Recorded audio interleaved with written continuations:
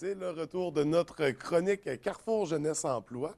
Et ce matin, on va parler, vous savez, il y a plusieurs facteurs qui font qu'on peut consulter pour un conseiller en orientation, là, le Carrefour Jeunesse Emploi de Saguenay, qui offre à sa clientèle toutes sortes de services.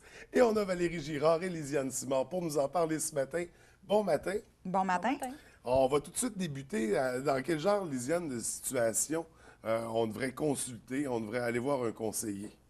Bien, il y a plusieurs raisons. Donc, c'est sûr que la plupart du temps, les gens nous consultent pour faire un choix de carrière ou valider le choix qu'ils pensent déjà faire. Donc, c'est soit des jeunes qui font leur premier choix de carrière ou qui ont déjà eu une ou deux expériences aux études, ça a plus ou moins bien fonctionné. Donc, on peut à ce moment-là les aider à faire un choix de carrière.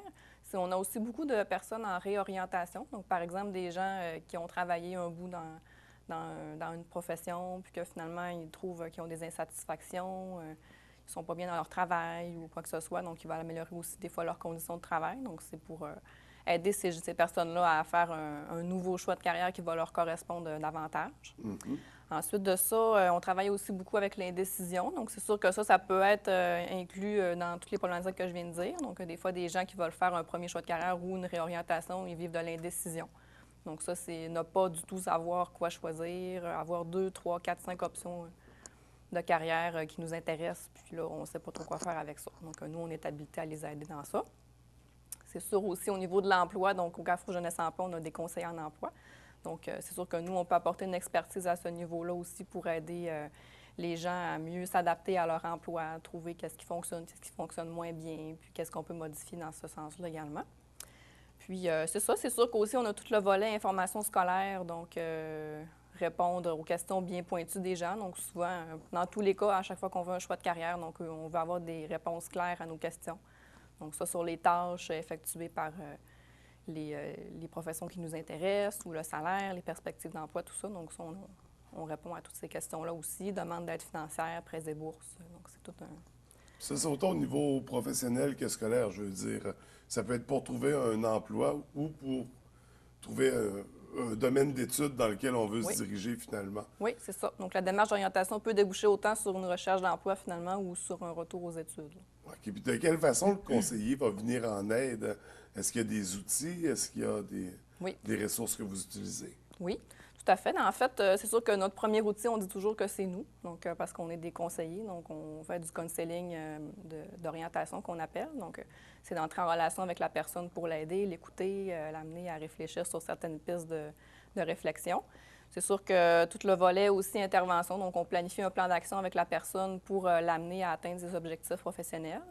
Souvent, on fait aussi l'information scolaire, comme je disais tantôt, répondre aux questions, donner des documentations à lire à la maison, des sites Internet à visiter, tout ça.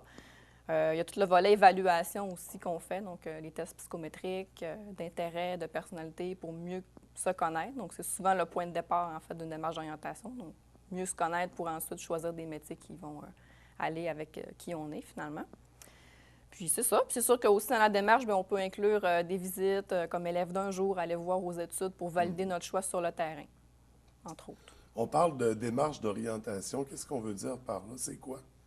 Bien, une démarche d'orientation, c'est des rencontres avec un conseiller en orientation. Donc, généralement, une démarche en tout et partout, ça peut durer environ 4-5 rencontres. Donc, le fonctionnement, en fait, bien, la première rencontre, c'est vraiment de rencontrer pour la première fois la personne. Donc, on jase avec elle de son motif, pourquoi elle vient nous voir, finalement, puis d'élaborer le plan d'action un petit peu, voir son historique personnel, son travail, ses études qu'elle a déjà faites et tout ça. Ensuite, souvent, entre la première et la deuxième rencontre, c'est là que nous, on va faire l'évaluation psychométrique, donc le test. Donc, on fait un test d'intérêt ou de personnalité ou peu importe qu'est-ce que la personne a besoin. Ensuite, la deuxième, on le regarde, donc on fait une interprétation du test avec la personne, on valide si le test est correct. Puis déjà là, on peut sortir plusieurs pistes de réflexion avec la personne. Ensuite, bien là, s'ensuit une exploration professionnelle. Donc souvent, on va donner des documents à lire, des professions à regarder spécifiquement, comme par exemple le métier de professeur. Bon, ça inclut quoi? C'est quoi les tâches, le salaire, les études, les employeurs où on peut se retrouver ensuite.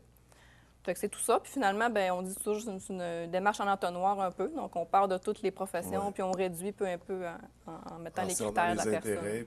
C'est ça. Puis ça va s'adresser à qui exactement, tout ça? C'est C'est de 18 à 35 ans? Oui, c'est notre clientèle, 16-35. Donc, 16-35. c'est autant, comme je disais, des gens qui n'ont jamais fait de choix professionnel, qui veulent reprendre les études ou qui veulent les poursuivre. Ou des fois, on a de plus en plus d'adultes également qui se réorientent. Donc, 30-35 ans, c'est très, très fréquent ces temps-ci, là, des gens qui veulent retourner aux études. J'aimerais ça qu'on démystifie quelque chose. Il y a des gens parfois qui vont poser la question, bon, où est-ce que je peux, sur un site Internet, aller faire des tests psychométriques? Est-ce que ça se trouve sur Internet et est-ce que c'est valable comme genre de test? Plus ou moins. C'est sûr que des tests gratuits sur des petits sites, des fois, ça peut aider un peu à cerner un style un peu personnel ou déjà donner des petites pistes, mais c'est jamais comme les tests que nous, on fait faire, parce qu'un vrai test psychométrique, c'est standardisé. Avec des normes, on est toujours comparé à une population. Finalement, sur Internet, on peut aussi bien tomber sur un test que monsieur, madame, tout le monde a inventé pour le plaisir. Tout à fait. Ça peut arriver. C'est ça, c'est des tests pas de référence, pas nécessairement. Fait qu'il faut faire attention avec ça. On est mieux de consulter pour s'assurer d'avoir un bon test entre les mains. Bien, c'est pour ça que je posais la question, parce que parfois, on se dit « Ah, je vais être capable de me débrouiller. J'ai trouvé un petit test de personnalité, puis ça pourrait m'indiquer que je pourrais faire telle profession. » Mais les conseillers en orientation ont quand même ont des études et puis sont régis aussi par un ordre professionnel dans leur profession. Vous avez les bons outils, puis la bonne expertise aussi pour diriger les gens, puis les aider à prendre une décision.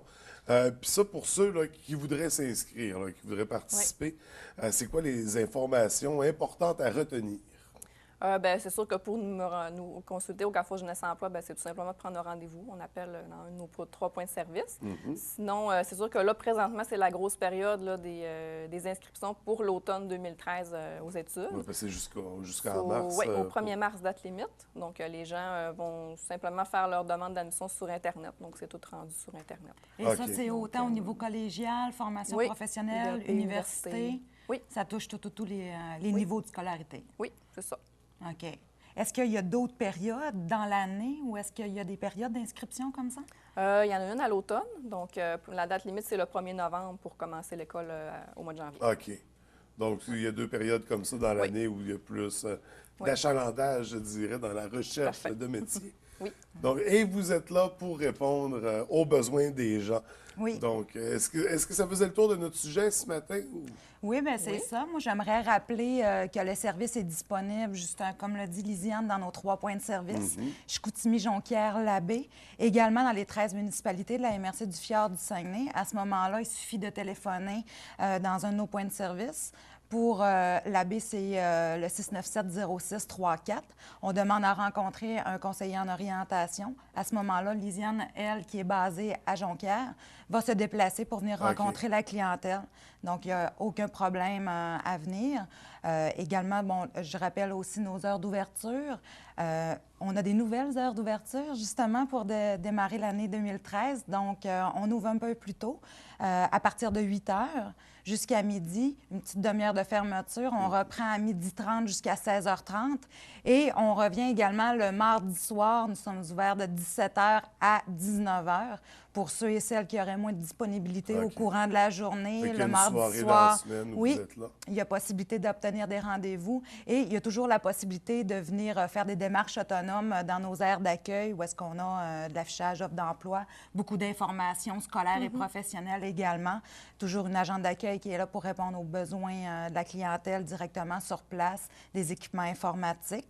J'aimerais rappeler, pour finir, notre site Internet où est-ce qu'il y a beaucoup de documentation de disponible, le www.cjesag.qc.ca. Et pour ceux et celles qui favorisent les réseaux sociaux, nous sommes présents également sur Facebook, Twitter et YouTube. Plusieurs vidéos qui sont disponibles là, pour aller chercher l'essentiel de nos services. Donc, on rejoint la page Facebook, on visite le site Internet. On a les heures d'ouverture aussi pour les bureaux. Merci beaucoup, les filles, d'avoir pris le temps de venir nous en parler ce matin. Merci. Je vous souhaite une bonne journée puis à la prochaine. À vous aussi. Merci.